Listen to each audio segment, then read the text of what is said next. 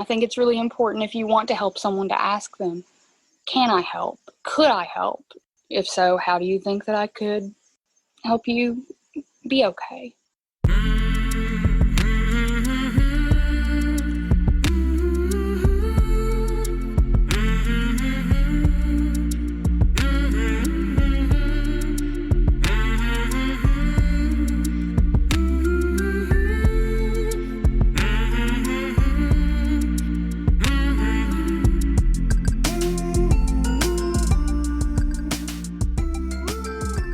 Hey there, my name is Sean and this is Suicide Noted.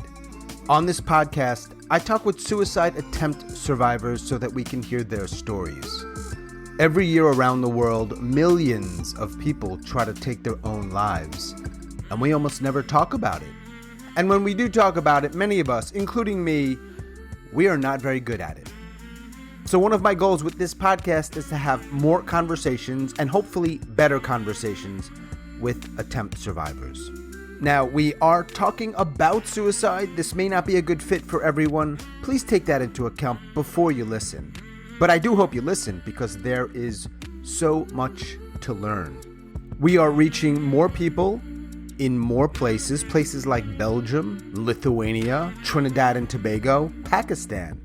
So thank you. Thank you to all of our listeners, and thank you to our attempt survivors for being bold enough and brave enough to come here and share your stories. These stories matter. They really matter, and no doubt are making a difference. If you are a suicide attempt survivor and you'd like to share your story, I'd love to talk. You can email us at hello@suicidenoted.com. Today I am talking with Brittany. Brittany lives in Kentucky, and she is a suicide attempt survivor. Hi, Brittany. How you doing? Oh, hey, I'm doing all right. Yeah, so this is a podcast, right? So people can't see you, but Brittany's got on these pretty rad yellow frames that are really cool. What part of Kentucky are you in? You wouldn't know if I told you. It's northeast Kentucky. Carter County is where I am. Elliott County is where I'm from. We're almost in West Virginia. It's very northeast Kentucky. It looks nice from what I can see. Well, thank you. This is very nice. The place where I've been staying a couple of days or so now. And the land here is I haven't traveled much ever, but there's hardly anything else like it in the world, I think. As we talk, are there certain things?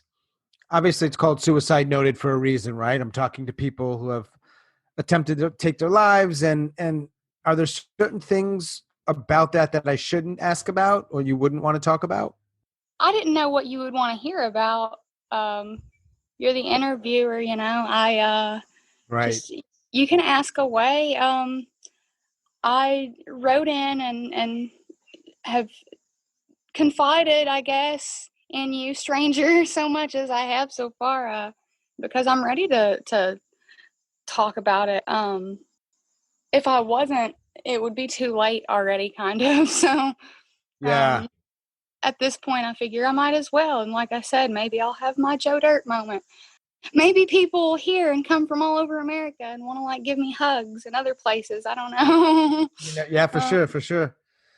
Let's talk about that email. That was a hell of an email. So it was sent to me. It wasn't sent on blast to the world.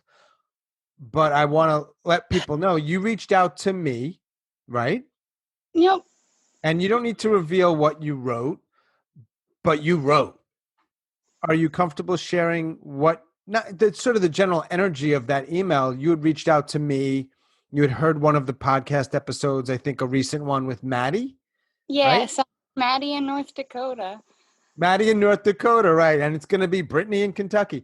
But can you share what was going on when you heard that podcast and sort of before and after? Because I think it's really powerful and people might get a lot out of it. Absolutely. That's what I was excited to talk to you about, honestly, was to say again, thank you, because I couldn't say thank you enough times. just for doing what you do and for putting it out there, because I discovered it. I'd never heard a podcast before. So you had never heard a podcast about No. anything. Okay, that's interesting. I feel blessed. Go on. Right, me too. But I was on Spotify and so I'd been really getting into listening to music like I hadn't in a while. I'd been really vibing, and I had a particularly bad day. It had been a bad evening the night before. I was having a bad time, man, and trying to vibe with this music, and that stopped working, and I just felt like I wanted to something different. And I saw podcasts available on Spotify where I was listening to music, so I thought I'll try that. It's like talk radio, right? And I was like looking through Spotify, and Suicide Noted, it was one of the first ones that I saw, and I almost started in that immediately and was like, no, maybe I'll find a better one. So I was like Googling all around and stuff, and I didn't find anything that sounded or seemed better to me at the time. Even though it didn't seem at all like what I was looking for, because Mm-hmm. again, like I said in the email, I was looking for something a little more macabre, I guess, Mm-hmm. more of a suicidal inspo. Yeah, yeah. So I was looking to go the other way.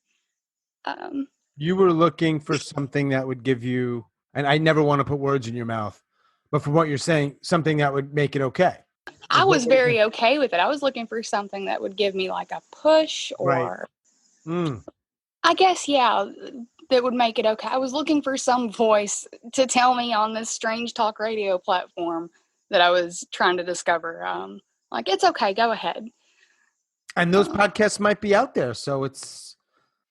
Well, I hope not. I mean, the podcast world is weird. It's sort of this like Wild West, and I'm sure there are things out there like that. So I'm glad, and we'll talk more about this if you're open to it. But I am glad that you didn't find those, and that you ended up finding this one, or at least not those, right? Right. Because there are web pages out there that are like, it's okay, buddy, go ahead. This is how these are ways that you might consider, and that was a part of the worldwide Wild West web that I had already discovered and been exploring. So yeah, I got into podcasting on a strange whim and happened to discover yours, like in life-saving time, perhaps. Yeah, that's what was one of the things that really was eye-opening, because it's you had shared you were really in a dark place. Yeah. And this is only a few days ago. So how are you feeling right now? And I'm not a therapist, but I'm just a guy who gives a shit. So how are you feeling right now?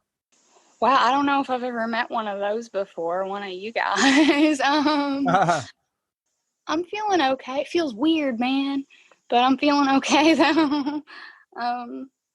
Like I said, this friend of mine, a rather new friend actually, and his wife, they let me crash over here with them for a couple of days or so. Took me on their boat with them on the lake here in Carter County. It's called Grayson Lake, big man-made lake. I caught a fish for the first time ever. Nice. What kind of fish? A bass fish. I caught a fish yesterday. I'm so not a catching fish person, but I guess I am now. You are now. That's how you become one, if that's a thing. I put a hook through a smaller fish's face, and it was an experience. I've been thinking I might try to do something a little more primal like that, hunt a rabbit or something. I don't know what people do out here. Yeah. You have attempted in the past, yeah? Yeah. Can you tell me about those? And I always say to everybody, share what you want. You don't have to share everything. I'm open to hearing whatever you want to share, but I don't want you to feel like you have to share certain parts of that you feel weird about. Right. No. I feel weird about everything. Okay. I have attempted recently, I guess, and that's the most, well, somewhat recently, which I wouldn't call an attempt. What happened the other day when I happened to listen into the podcast, heard Maddie in North Dakota. But it was damn close. I mean, like I was on my way out the door taking a walk, and pressed play. And my path just literally changed. My course changed. So that wasn't quite an attempt, but before that there was probably February or March maybe of this year. And there were a couple of times before that, but I was younger. So I guess it doesn't seem as real to me to think of those as attempts, even though at the time, in that space and time, they were earnest attempts. It just now to me seems like, oh, you were 14, you were 7, you don't know what you didn't know what you were doing. Yeah. But to have been 25 and made that decision and make that attempt, and in that different way that I did in adulthood, that probably seems the most real to me. The one in February. Yes. I don't know what you're supposed to say. I don't know. I guess you edit down for time and other things. Right. That's why I tell people, share what you want. And in as much as you're comfortable, share. And then we could go back and say, you know what? No, but usually it's more a little bit just for time. So, but yeah, what do you want to share about it? Like I said, I'm skittish. I'm iffy and loath to say anything about methods, because I've heard just terrible things about advertising, for lack of a better term, your methodology, how that can be very sensitive. But I attempted hanging. I'll say that much about it. Okay. I don't know if it worked or if it almost worked. I mean, it didn't work like as well as I would have liked it to, because I'm here and I'm talking with you today. Exactly. But I know it was an otherworldly experience, and it's otherworldly for me to think about, the coming to, the waking up moment. What's that like? What was it like, or what's it like thinking back on it? Both, but specifically, I ask everybody this question: you want to die, or maybe you don't want to live. Maybe that's not exactly the same thing. And then you wake up, you're still alive. Like, what's that like? For me, it was terrifying. It's interesting you made that distinction just now in your language. You said, that in that moment you either want to die or maybe perhaps you just don't want to live. And I had just recently come to realize that it was the latter for me. I didn't want to die. I knew that for sure, because I had wound up in just par for the course for me. It seems like, despite any earnest effort or trying, or how well things seem to be going, just there was a sudden event. And this was a few months prior. It was actually like the day after last Christmas, where I realized how much I did not want to die, because I was in a position, and I had a near-death experience of sorts. But fast forward to February, and like I said, I tried to hang my silly self, and I woke back up, and I didn't know where I was at first, or what had happened. I didn't even remember, the act that I just had enacted. And that took a while. It feels like it took a couple of minutes for me to be like, okay, I'm here. This happened. And that didn't happen as a result. And then it was just like, oh shit, now I have to deal with everything that I was trying to get out of still. Right, because nothing's changed. That's the thing, right? Yeah, I don't know nothing. about, we'll talk about since then, but right, like 4 minutes earlier, it was before that, and now you're here. And did somebody find you, or what happened? No, no one found me. No one would even know if I hadn't told my partner, my partner Christopher, if I hadn't told him. And I didn't tell him right away, because I was at home. My daughter was not home with me. She was visiting my ex. but we didn't live alone. We lived in a shared home with Mm-hmm. my in-laws, well, effective in-laws, my partner's sister, her husband, and her 3 children, like kind of in and out with their own custody arrangements, you know.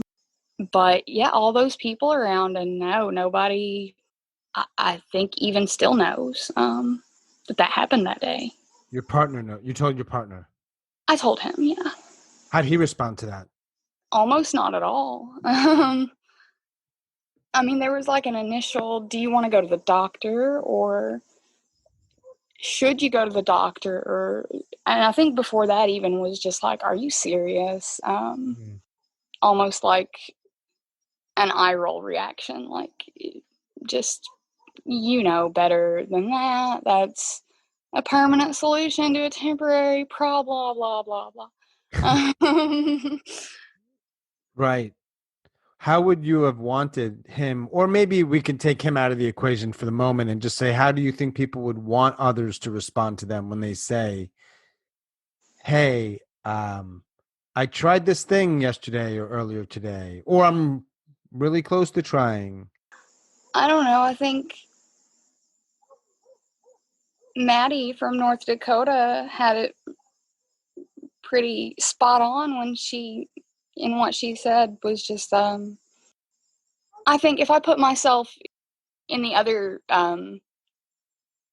role Mm. of this dynamic, this scenario, my immediate reaction would just be to say, are you okay? Are you okay now? Mm. Or if you're not okay, can I help? How could I help? If I can't help, who do you need? What do you need? How can I help you get help? And that's not to say help is such a scary word, man. People have made help a scary word to hear and to say to each other, because, like, you need help, that's an insult. Yeah. Um, Unfortunately, yeah. I have just, I can't tell you how horribly, terribly I have had you need help lobbed at me just in the past 3 months' time. Right. So you're saying like you need help as in that's bad. Yeah, yeah, You're you need bad.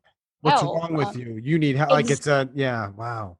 what's wrong with you? That's another one that I've been asked a lot. And I think no matter how you respond to a person that you care about, if they're in such a dark place, or even if it's just a headspace, you know, everything else seems fine, but then all of a sudden they enlighten you. You gain this new awareness that they're miserable and that they may not want to live any longer. If it's a person you care about, it should go without saying that that is not even on the short list of considerations of things to, what's wrong with you, or I can't deal with you. I'm not a puzzle to be solved or a problem to be dealt with. Nobody is. But actually help. And I think it's really important, if you want to help someone, to ask them, can I help? Could I help? You know, do you think so? If so, how do you think that I could help you be okay? Yeah.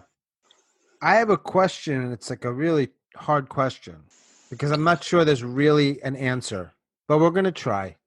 Okay. And the question is, I suppose this could apply to any of the times in which you attempted, and the question is why. But the reason why I think, let me just preface it by saying it's hard because it's, well, one, who the fuck knows? Two, where do you start with that, right? I mean, it could be a book. And this is not just for you, it's for anyone. So I realize that. But however you might want to tackle that, why? No, that's, again, what a strange aha moment. Because of all the, like, practical reasons why that apply uniquely to, again, I was at very different life stages. Like, I guess I've thought a lot about it because I have, like, no internal clock or compass. I have no sense of time or direction. I'm autistic. I don't know if I mentioned that. I'm on the autism spectrum. Mm-hmm. And I didn't find that out until I was like 21. So I've had to really, really, really use my noodle to think about events and their timing chronologically and Mm-hmm. surrounding info before this big deal of an interview. I talked to so little people. I was so nervous about this. Just Oh, talk really? I'm person. just so you know, I'm just a dude who had an idea and I'm doing it. Like it's so I appreciate you feeling like it's a big thing and it is a big thing in that like it matters, but you're not talking to like ABC or NBC. No, no, You know no, what I no, mean? Like I'm just a dude in North Carolina. I'm like, yeah, let me have some real conversations with people who have been in pain and are no, trying to be okay. That's it. buddy. I wouldn't talk to ABC or NBC if you weren't just a dude. This would not be happening. But it's a big deal for me to talk to just a dude because somehow, with my big yellow frames and my bright orange hair and my little bit different or odd looking and sounding and seeming everything, I'm very look overable, I guess. But that's the thing with all of these separate little piddly shit factors that play into each different stage of my life and each different unique answer to why. Right away, bam, when you ask that, man, the universal generality, why would you not want to live your life anymore, ever? It's because, man, nobody wants me to. Nobody's ever actually wanted me to.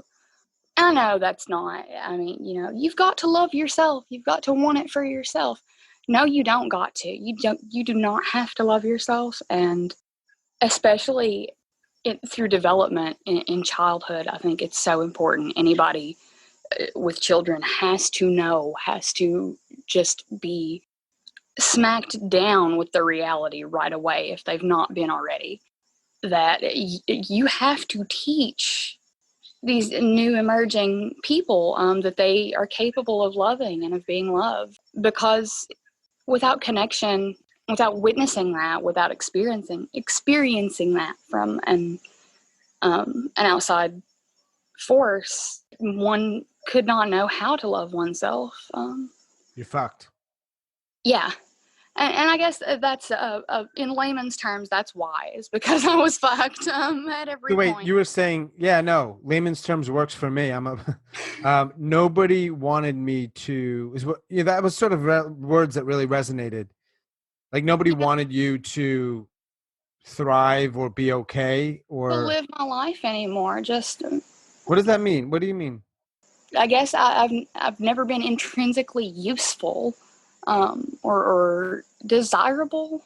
Even my parents, especially my parents, and from all accounts, 'cause of course I don't remember like infancy, but it's from all accounts, pretty much from before day one, just had no use for me, man.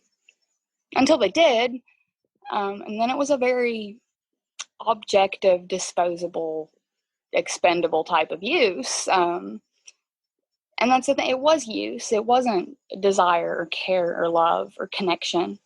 So I think without that foundational source of another human, the planet Earth, where we're from, or another place on Earth where you're wanted and expected to be, where if you don't show up, someone would wonder why, or miss you. I've always been lacking that. Do you think that that informs the way you are as a mom now? Because you said you have one child or kids? Yeah, You have a kid, one. She's 4. 4-year-old daughter? 4-year-old daughter. Yeah. No, absolutely, that doesn't. Well, yes, It absolutely, could be a positive thing, yeah. Informing that, like, yeah.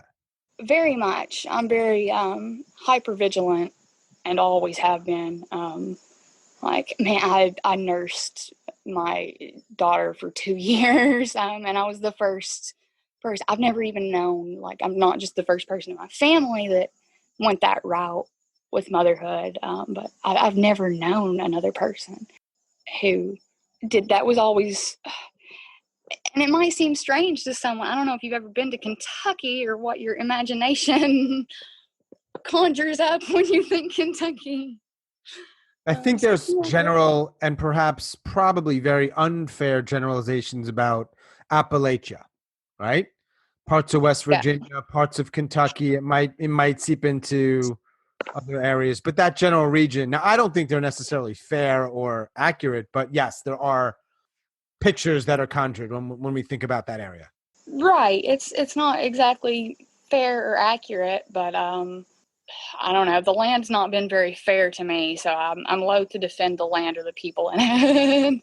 But yeah, like I said, I nursed my daughter for 2 years, and I always maintained this ever awareness, this forethought of just bonding. Time and how I invested it, and I really, really, really never have not appreciated the gravity, like I said, of those foundational years, those developmental years, upon which an emerging person establishing their first connections with friends in the world and navigating bases their decisions about how they'll try to do that. The first connection that we have is to our parents and our family. It's a generational kind of an inherited knowledge about how we're going to interact with the world. That's such a bad thing for so many people here. There's so many nightmare people just who might have been fine if they had interacted with some not so nightmare grown-up people when they were emerging. Well, like you really don't have much of a chance. Right. And then it becomes truly generational because how can it not be, right? You're going to pass it down. It's really hard to break that. It does sound like you're trying to do that somehow because I don't think most people would, I don't know, tell me if I'm wrong, it would even be on their radar. Maybe they wouldn't be aware or maybe they wouldn't have the tool. Correct. And I get, just like with when it came to, having an infant and choosing the hippie nursing au naturel way that you'd get poked fun of around here for. Or I say you'd get, I was, especially by relatives, so terribly poked fun at. And of course, that's just everything. And intimidated, like, well, how do you know that's, you can't be sure, you can't measure all that, you might hurt her. I get poked fun at a lot too, or I have been, for my efforts in bonding with my daughter, because I don't tell her, go watch TV. Or sometimes I do. I think anybody who says that they don't is lying unless they don't own a TV, and then they're like, go look at a fire for a few minutes while I drink a coffee. Sure. But I color pictures with my daughter. I watch her cartoons with her. I learn the songs. We play music. We play with dolls. And I have to be unashamed in my interacting with her as far as judgment by other grown people, because no one ever wanted to connect with me at all. And I just never, ever, ever want my daughter wandering, any place on our big blue marble thinking I'm alone or no one wants me, just because I always, always am going to. There must have been a massive amount of conflict. I'm thinking back not only to these times, but February and then more recently, because I know from what you're sharing, and again, always let me know if I'm off here. You've got this bond with your daughter. Yes. Probably more than others, but there's maybe other people. But if nothing else, your daughter. And then you were like, nah, I think I want to check out. That to me is like the definition of conflict or inner angst or whatever word you want to choose. I don't know, in a weird way. Yes, that all ties in and inspires. I'm trying to imagine the conflict that one has.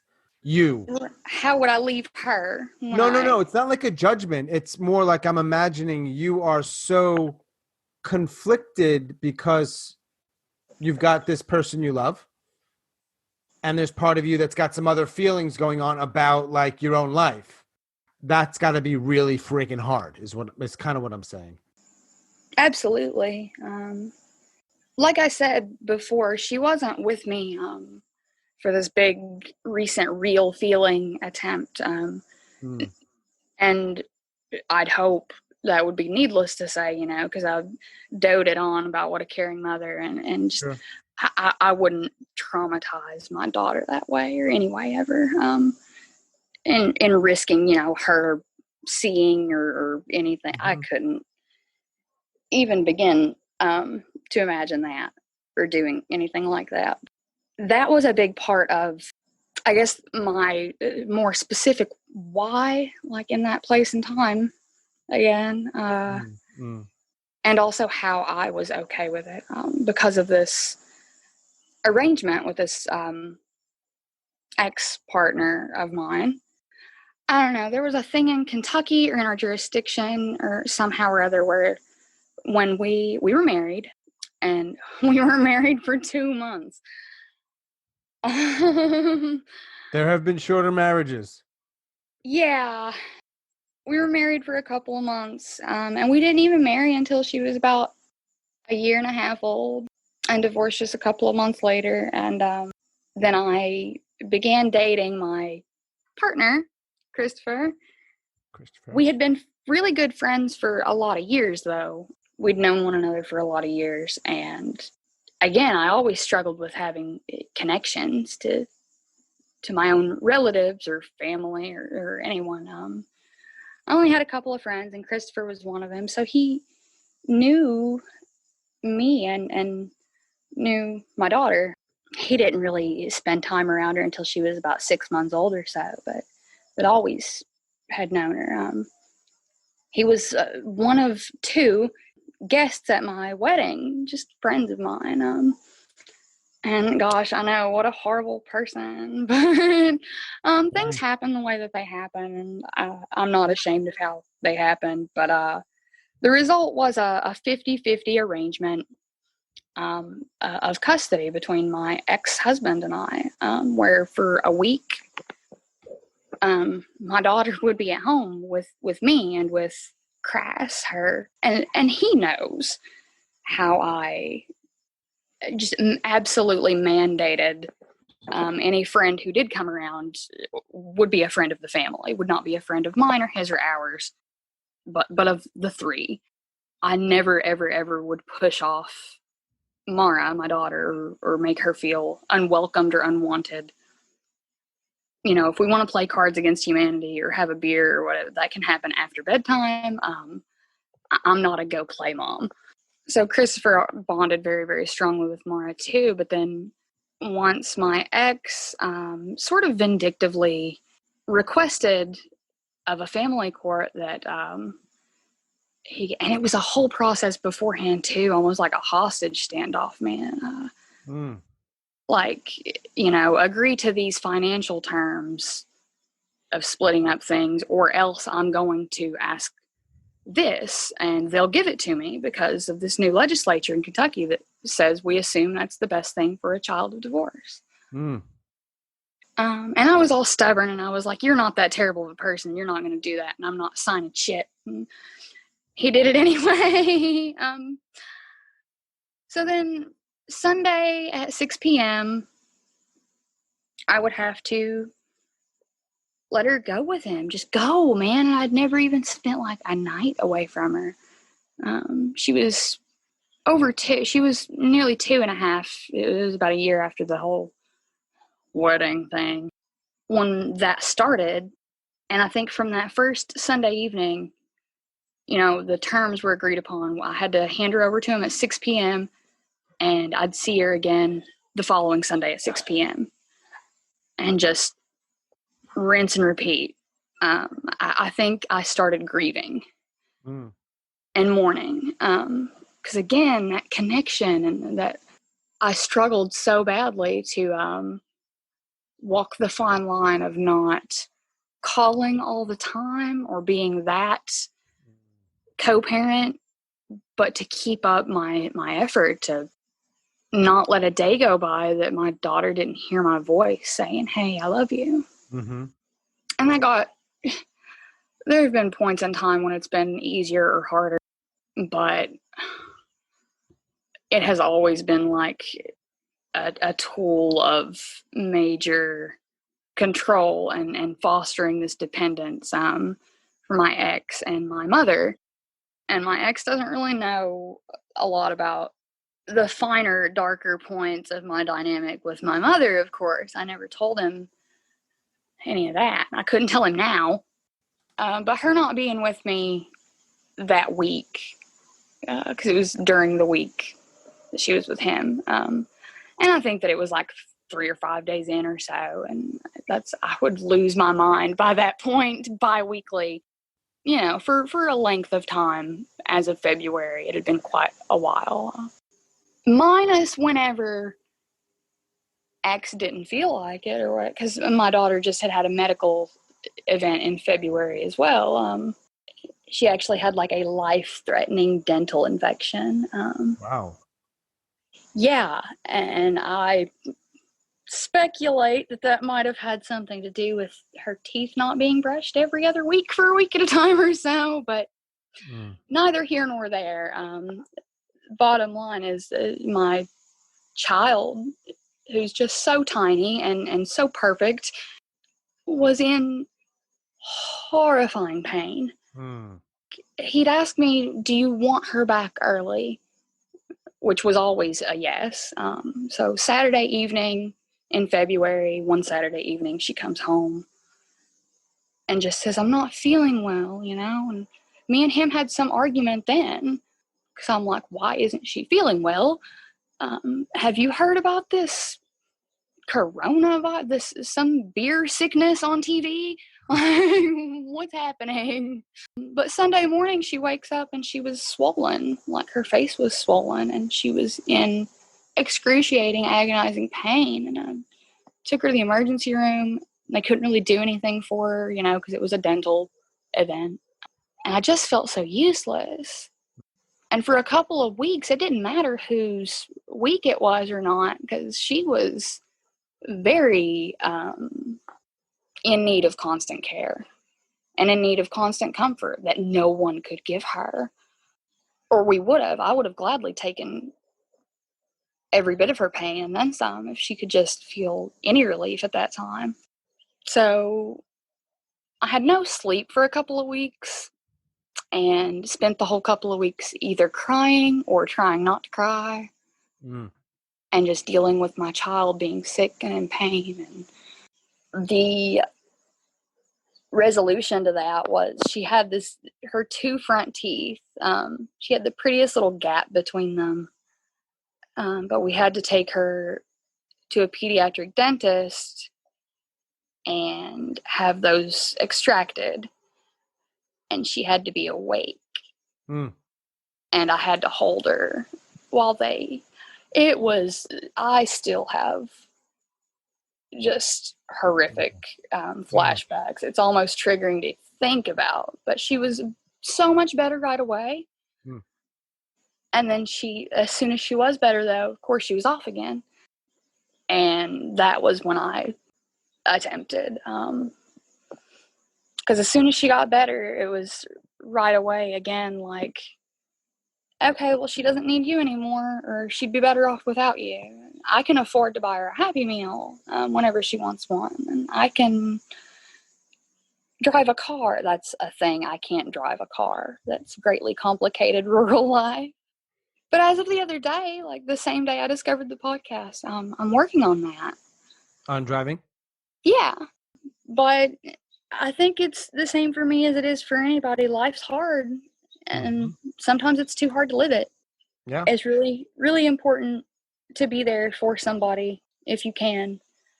And if you don't have anybody who's there for you, to look for them until, because being a lone wolf is not okay. Doesn't work.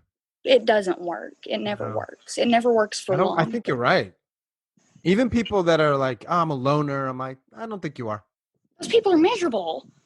Maybe, or they're just, you get. I have no idea. There's a lot of people, and they've gotten used to it, and this and that. Maybe they're thrilled. They couldn't be happier. But I'm usually thinking, nah, I don't think so. I think for We the just most haven't part, met the right company. maybe right. Yeah, I think life is better with someone or others. But it Yeah. is hard when those people suck. Then it's better alone. Yeah. No one wants to be around sucky people all the time, make you feel like shit, right? Right. And that's what it's so much generational because I can feel my sunshine. Oh, there go the dogs. I don't think that I'm a sucky person. I wasn't meant to be. And yet I was destined to be. Perhaps. I mean, I've been to the historical society, man, because we don't have like movies or a mall or anything in You don't? Horsepile, Kentucky here. How far is the nearest mall? An hour. It's not far, but It's far if you don't drive. yes, there's no public transportation. There's not anything like that either. It is country. And yeah, it's country ass country. Like I worry more. I've hitchhiked a lot in a 26-year lifetime because I've like rarely ever left here, even for a short time. So I've hitchhiked before, and I worry more about like wildlife than I do about people, or I used to. Oh, like snakes or something? Oh no, I kicked a snake just the other day. Oh, so what are like you worried about? like deer, like Oh, pawing. sure. Yeah. They can and they will like stand on their feet like a dude, like a big hairy dude, just with Yeah. hooves. Did you grow up and go to school in that area? So you said you Yep. spent your whole life there? Yeah. And by the way, that's another thing. Overlookable, I said earlier, despite all my effort to, Mm-hmm. and not even effort to stand out, but just effort to shine. I graduated high school when I was 16. I tutored like 3 and 4 years ahead of my grade level, my intended grade level since primary school. And that's another thing too. There were like a couple of other so-called gifted kids that they kind of lumped me and two or three others together, and it almost felt like a social experiment that just went horribly wrong. And looking back now, and especially being a mother now to a daughter myself, I just can't imagine how many different adults made appalling, abhorrent decisions when I was school age, like having me in a classroom with, as a prepubescent girl with like senior and junior guys, um, and young women too, girls. Just that should not be. I entered college at 16. I moved into a dorm room. That should not have been. It doesn't matter what your IQ is or how well you math. Nobody's ready to have 20-year-old roommates at 16. Where'd you go to school? Morehead State. Why do you laugh? Because man, it was I could have been a doctor like twice by now, but I didn't obtain a degree or anything. I've been nothing since I was 16, except for a mother now and a waitress, at times, or a bartender or an IT. I've done systems repairs and mods for a few years on the side. So Really? yeah. Wow, that's a foreign world to me. You wanted to be a doctor? No, I said I could have been a Oh, doctor. That's I didn't know what I wanted to be. I think I just didn't want to be home. yeah. I wanted to be high a lot too. I think that's like 3 out of 4 of the 4 or so little gifted kids from the group. I think at least half of us are still out here somewhere just wanting to be high. Which group? Like I said, the little group of children that I got to do school with. Oh, a lot of them are they're using and they can't stop or they don't want to stop. Yeah, like one of us became a lawyer. And the rest of us are holding up. Holding what? Holding up. We're keeping it together, Yeah. maybe. Yeah. But we keep in touch, and we all just kind of look back on what weirdness. So as far as awareness and advice giving, I guess I could use the platform to say your kid is not gifted enough to be in a classroom with other kids who also still are kids in a different life stage. Sure. Around, don't blur puberty lines just because a kid is gifted. That's trouble. Development is development, regardless of intelligence. What else do you want to say? Use the platform, if that's what we want to call this, however you want. Because I never assume I ask the right questions or the best questions. So Oh, I'm horrible at answering, though. I I'm sorry. know. But hey, you heard Maddie and it just came up and it just happened to work out, this sort of serendipity, if you will. So maybe somebody will hear Brittany. Maybe not, but maybe, right? And you just don't know what space they're in. Maybe they're suffering or contemplating. Maybe they're a mom or a brother to somebody, and that's, who knows? I worry a lot about my own kid, too, because I'd mentioned different life stages at different attempts. And I think that the youngest ideating of mine that I know that I've seen written or documented somehow, because I have gotten help, gotten treatment in the past, but I was grossly mismedicated and in developmental years. Yeah, formative. Autism isn't on even the short list of considerations for as far as little girls with behavioral problems, and medical care here, especially mental health care, is just lacking. Yeah. A lot anyway. So What was your diagnosis? Or let me reframe that. Did you get a diagnosis that you thought was accurate, that felt right, other than the autism? Because you said that was a late diagnosis anyway, right? yes, very late. Actually, I got mental health treatment when I was really young too. And that's something else that I would caution others about, is to be hyper vigilant when it comes to mental health treatment for your children. Forgetting it and maintaining it, and for getting quality, just basic quality assurance of 1 second opinion. That is worth it before you put your child who is developing on a psychotropic medication. Yeah. Because as a youngster, I was diagnosed with a schizoaffective disorder that I did not have.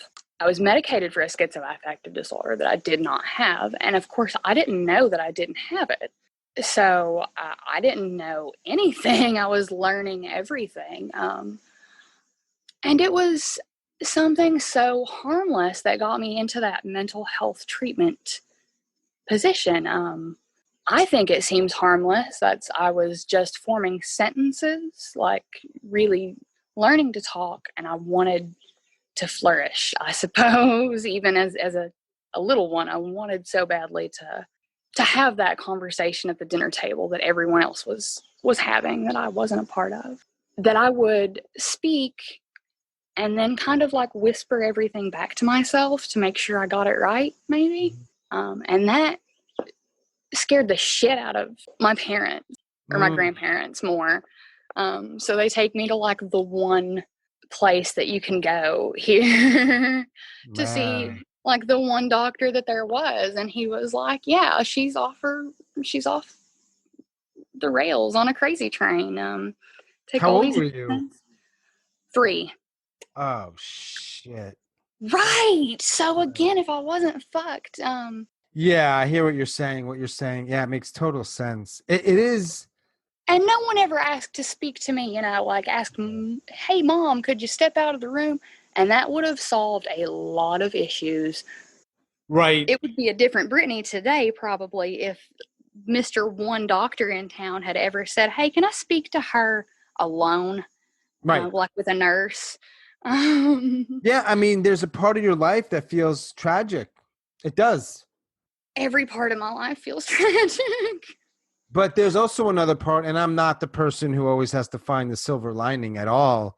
But it is kind of interesting to me that all that stuff has led in part to you being able to be a great mom. It's kind of cool. It's really kind of cool. Like you could argue that if that's some of that stuff didn't happen, I mean, we'll never know. Maybe you wouldn't be as good a mom, Wayne. Maybe. Yeah, Who knows?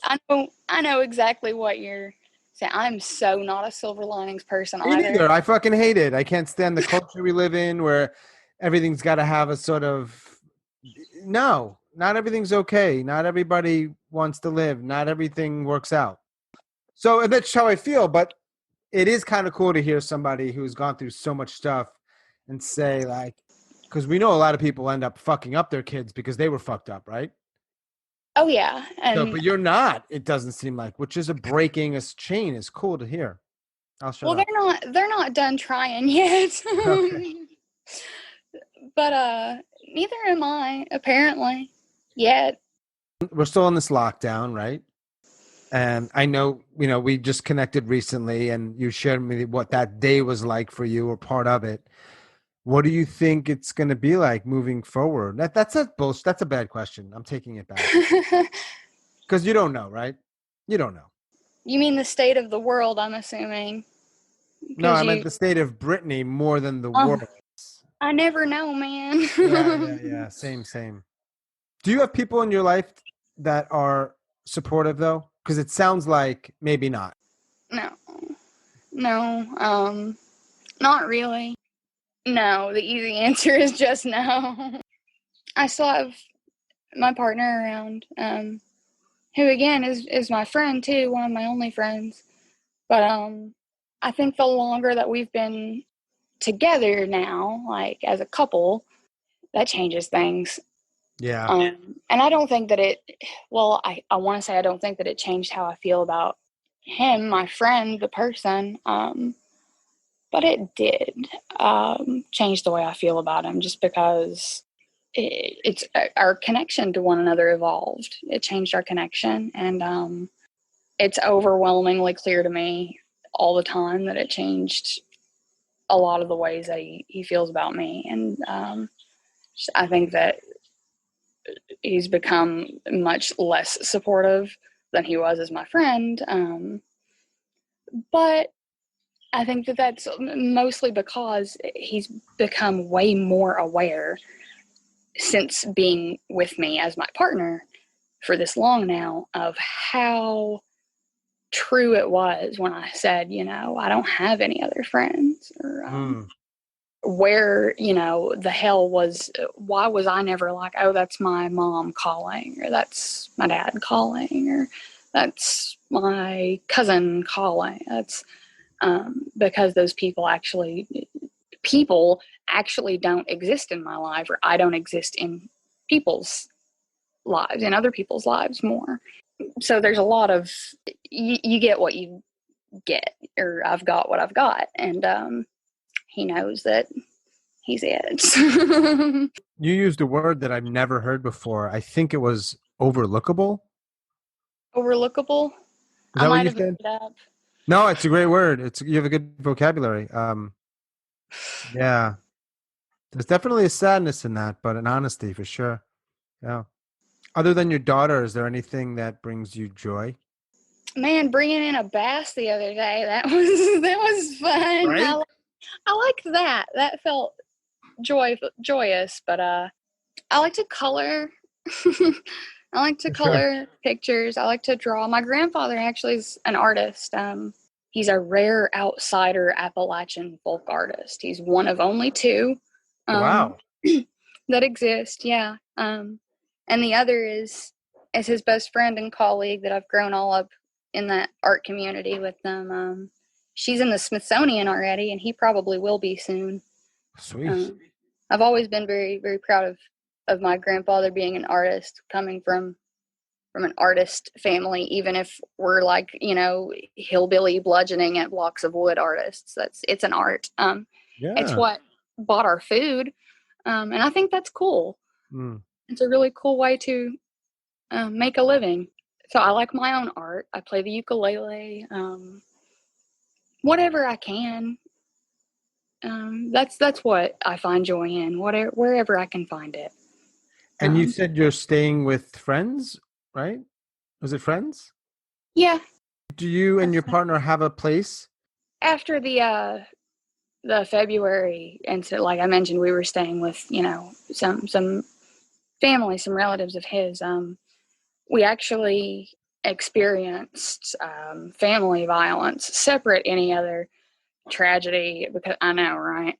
His sister's husband like attacked him in front of me and my daughter and the other kids. He nearly tore his ear off. It Whoa. was crazy, man. And she's like screaming and crying and saying, "Stop, you're our friend." Like, I've taught her to, everyone's your friend, a friend you haven't met yet. That happened. And that was on May 1st. So I called 911, of course, but they showed up and like didn't do anything. And I'm like, we have to leave here. Right. Safe. You gotta be safe. Well, I'd mentioned before, that I had like a near-death experience that day after Christmas. And it was actually the sister and husband did a thing that made me feel very unsafe, me and my daughter.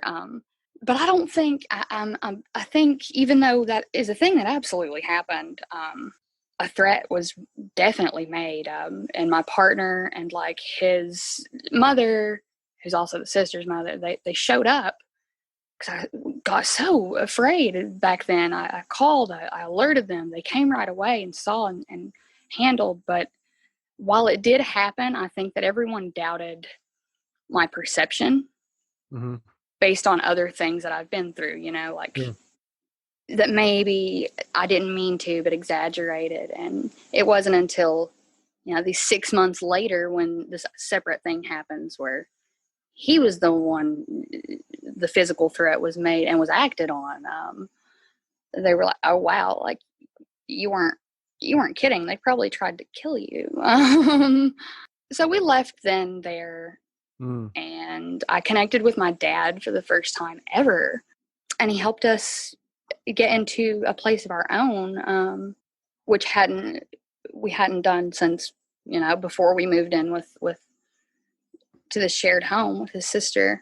But within like a month, because it was very close to my relatives who I have known and grown up with, my mother and all. And so within like a month, home became an unsafe place to be. So no, since I guess technically I might still have a place, but I just kind of fled from there. July, and so since July, I guess no. The most practical answer would be I don't have a place, and I've kind of been rambling. No, that's okay. It's a hard thing to sometimes put words to because it sounds like it's hard, really hard. And Right, and that's the thing too. Like I said earlier, when I was a youngster, like that I wanted to be high. I want to be clear now in saying like these aren't circumstances that led me to be here that are related to anything like that at all. When I was talking about that, I mean like smoking pot and like things kids do. But no, like I worked. My partner worked. We parented our child.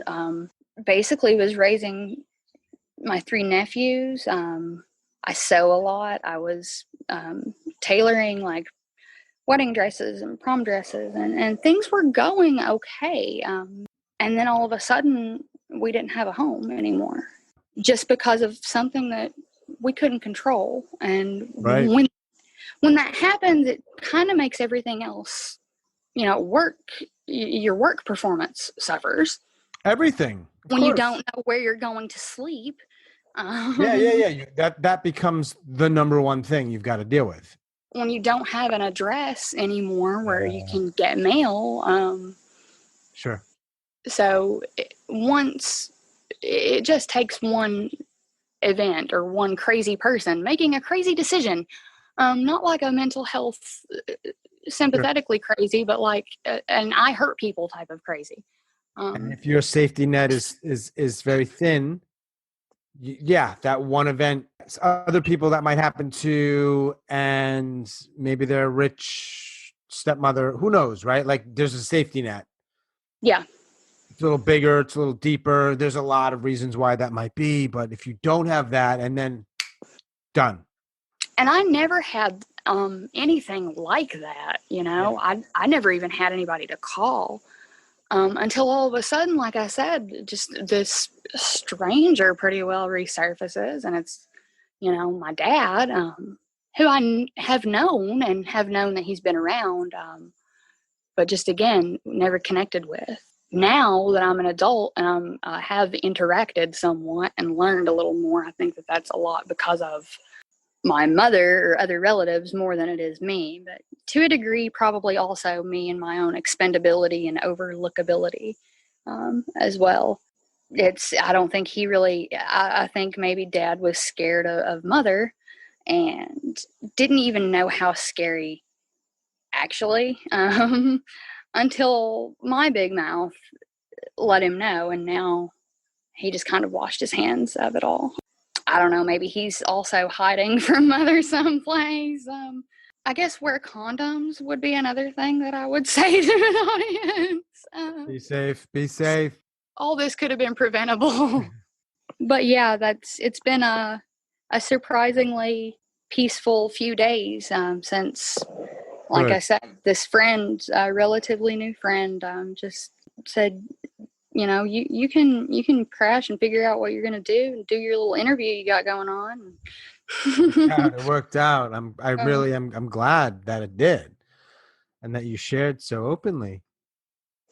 Yeah, Appreciate it. and thank you again. Of Not even course. just for having me and for listening to me and dealing with me. Because how do you deal with a problem like Brittany in Kentucky? But Yeah. just doing what you do, man. Hey, we're trying, right? We're trying, and I'm happy to do it. And I appreciate you joining me and reaching out the way you did and being so open both then and now. So I really do think people hear this stuff and we don't know who it is necessarily or when they hear it, but it could really help. And it probably will. So that's cool. I don't know. I'll probably be the one that like loyal listeners tune out from. Well, I'm not going to fight you. I don't agree. I don't think that's the case at all. I've been blessed with some really cool guests, including you 100% in that.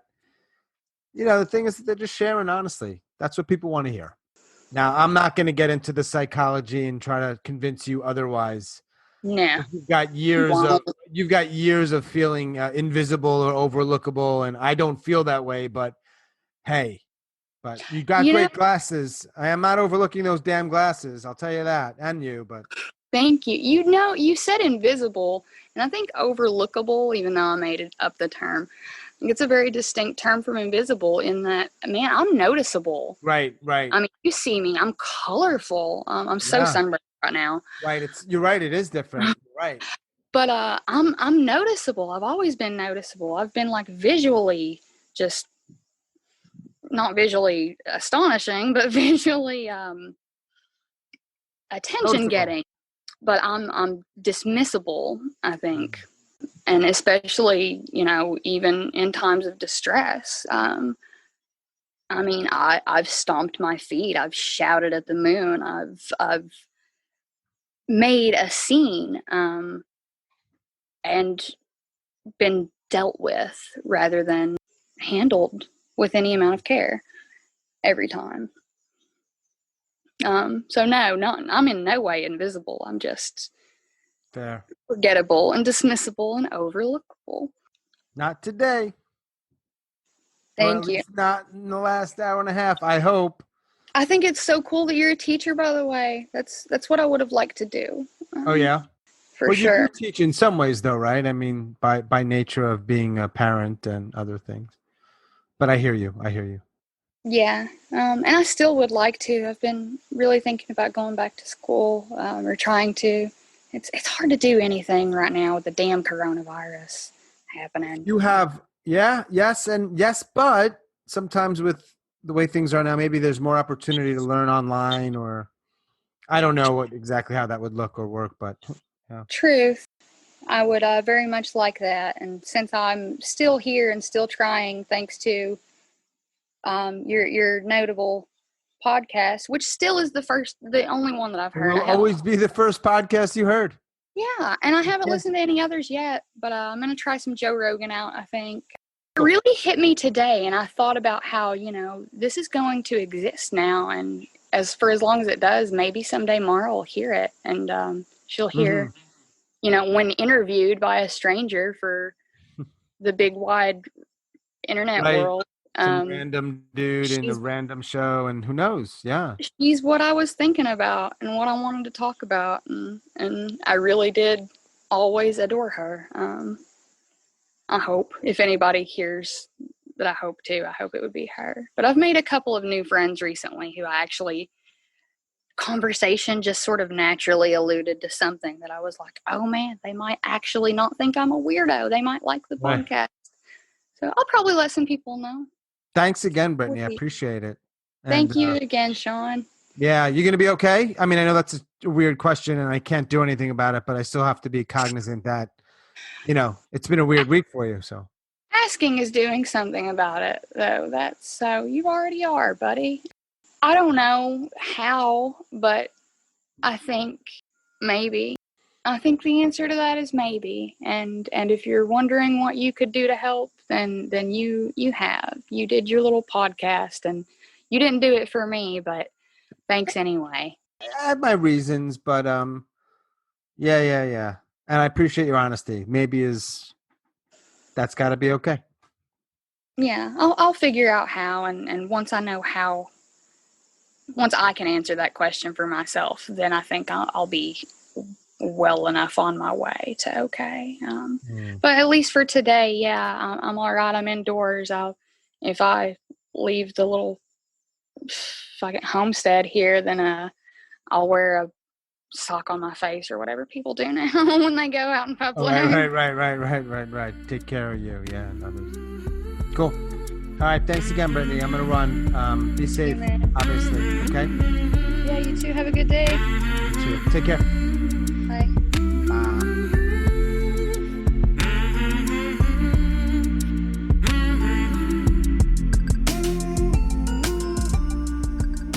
As always, thanks so much for listening, and special thanks to Brittany in Kentucky. If you'd like to follow us, you can check us out on Facebook and Twitter at Suicide Noted. You can also check out our YouTube channel if video is your thing. If you are a suicide attempt survivor and you'd like to share your story, I'd love to talk. Please email us hello@suicidenoted.com. Until we connect again, stay strong, do the very best you can. I'll talk to you soon.